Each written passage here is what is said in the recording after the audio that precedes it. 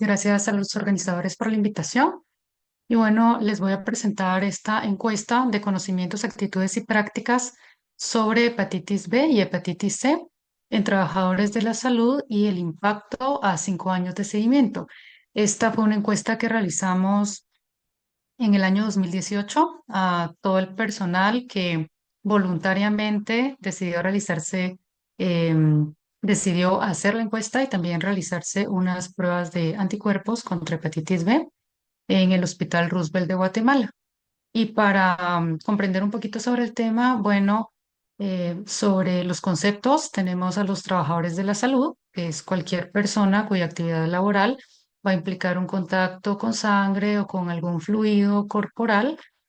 Y tenemos también la exposición o el accidente laboral, la exposición laboral o accidente laboral, que es cuando existe un contacto que no se espera, ¿verdad? Por eso es accidente, que puede ser un pinchazo o una herida a través de algún instrumento que está contaminado con sangre o con algún fluido de alguna persona, ¿verdad? Externa.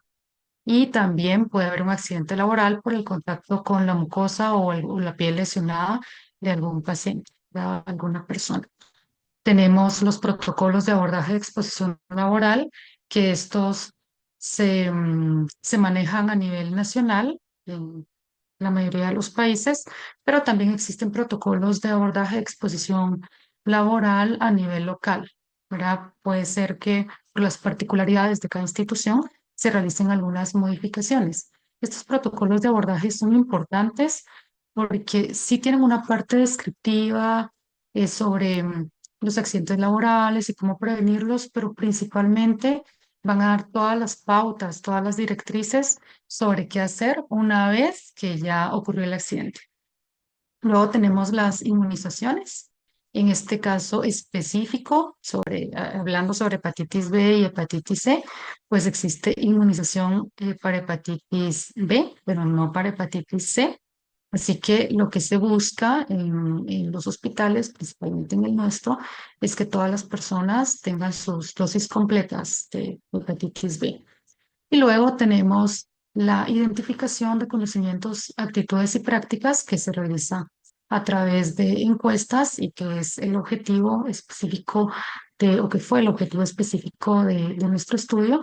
Y son importantes estas encuestas porque permiten evaluar el efecto que los conocimientos que se adquieren el personal de salud tienen, ¿verdad? A través de su práctica, también nos permiten una aproximación a la experiencia de las personas y sus vivencias, ¿verdad? Resulta que a veces en los protocolos, ¿verdad? O en las guías de bioseguridad, pues está todo el contenido para que la protección sea ideal, pero en la práctica estos accidentes suceden y es importante conocer cómo los trabajadores de la salud han vivido esa experiencia.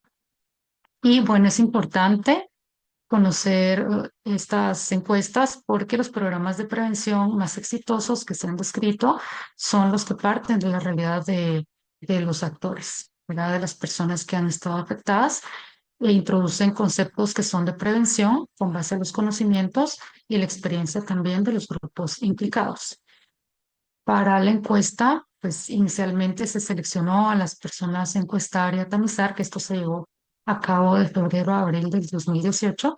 En esa ocasión se hizo una convocatoria abierta a todo el hospital a través de los departamentos de cada, de cada departamento del hospital.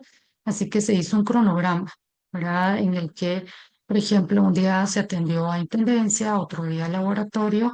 Y sucede que además de llevar a cabo el cuestionario de conocimientos, actitudes y prácticas sobre riesgo laboral de hepatitis B y C, también se llevó a cabo un taller en el que se resolvieron las dudas, nos escuchó a las personas, ¿verdad? Sobre la experiencia que tuvieron y se resolvió el cuestionario y se resolvieron dudas. Se realizaron y se dio prioridad a los grupos de mayor riesgo, ¿verdad? Considerados como, por ejemplo, el personal de salud que trabaja en las emergencias, los laboratorios, también los diferentes laboratorios del hospital y bueno, a todo el personal asistencial, aunque también la encuesta se llevó a cabo en personal no asistencial, es decir, en personal administrativo. Esta encuesta fue abierta para todos. También se les ofertó la prueba de anticuerpos contra hepatitis B a todas aquellas personas que en la encuesta respondieron haber tenido al menos una dosis de la vacuna contra hepatitis B. Y bueno, se realizó el registro y el análisis de datos, que es lo que vamos a ver a continuación, y luego se realizó un seguimiento durante 5 años, del 2019 al 2023, y esto para eh, ver de las personas encuestadas, que fueron 2.140 quienes sufrieron un accidente laboral después de la encuesta. Y, por supuesto, si acudieron o no a la atención. Y aquí tenemos las características demográficas y laborales, ¿verdad? De las personas que participaron en la encuesta. Pues en salud predomina el sexo femenino, ¿verdad? Así que no esperábamos algo diferente acá, predominó el sexo femenino en nuestra encuesta. La edad fue principalmente de 20 a 29 años. Respecto a la experiencia, la mayoría tenía 3 años o menos de laborar.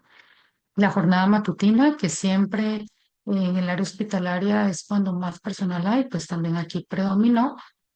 Y sobre la profesión, pues el personal administrativo, por supuesto, tuvo una alta frecuencia, pero nos centramos en enfermería, laboratorio y el personal médico, ¿verdad? Porque fue el personal asistencial que en mayor proporción estuvo en esta encuesta o participó en esta encuesta.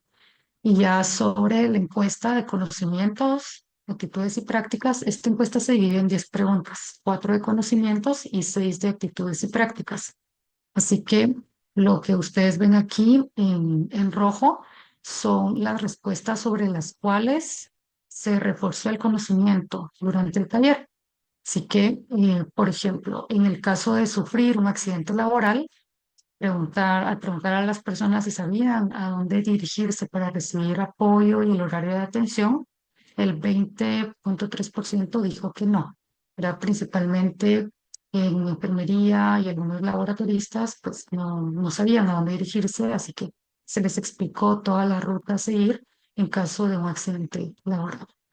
Luego, sobre las acciones inmediatas ante un accidente con material punzocortante, lo que principalmente reforzamos en ese taller fue que no se debe presionar para estimular el sangrado de la zona afectada. Y sucede que cuando se presiona, pues se estimula la producción de células del sistema inmunológico, principalmente unas células llamadas macrófagos que van a envolver al agente extraño y lo van a llevar hacia adentro de la célula, ¿verdad? Y se evita hacer esto porque además de hepatitis B y C, pues hay otros agentes patógenos como el VIH, por ejemplo, que lo que menos queremos es que exista un estímulo que introduzca ese virus al interior de la célula. Así que fue importante reforzar que lo único que se debe hacer en este caso es lavar inmediatamente con agua y jabón y dejar correr la sangre, ¿no? Y pues la respuesta incorrecta, que fue presionar para estimular el sangrado en esta zona afectada, fue principalmente el personal de intendencia y enfermería. Luego, la otra pregunta fue si al iniciar el trabajo o práctica se recibió orientación sobre normas de bioseguridad en el hospital. El 30% dijo que no. Y es importante mencionar acá que estas personas pertenecían al área administrativa, ¿verdad? Pero toda la parte que pertenecía al área asistencial, pues sí, recibe estas capacitaciones de rutina. Luego la pregunta sobre si existe una vacuna efectiva contra hepatitis C, pues esa vacuna no existe, así que el 21% de las personas respondió que sí y se reforzó, ¿verdad? Que en realidad como forma de profilaxis para las hepatitis está solamente la vacuna para hepatitis B, pero para hepatitis C no. Y sobre las actitudes y prácticas sobre este riesgo ocupacional, el bueno, casi el 41% de las personas había sufrido un accidente laboral antes de realizar esta encuesta, ¿verdad? O sea, es un alto porcentaje. Principalmente habían sufrido accidentes laborales las personas de intendencia, el personal médico y de laboratorio. Y claro, el personal médico y de laboratorio es el personal asistencial que está más en contacto directo con los pacientes y pues sin tendencia, ¿verdad? Porque el descarte de los desechos puede hacer un mal descarte de los desechos, puede ocasionarles accidentes serios. Y aquí es importante mencionar que aunque están estos porcentajes, también el tiempo de laborar es importante, o sea, el tiempo del accidente. Algunas personas habían sufrido accidentes 10 años atrás de la encuesta, que es importante mencionar esto porque a medida que ha ido transcurriendo el tiempo, también el seguimiento ha ido mejorando, por supuesto, ha sido más cercano y las capacitaciones. Sobre el tipo de accidente que sufrieron, el pinchazo es lo que principalmente sucede en estos accidentes.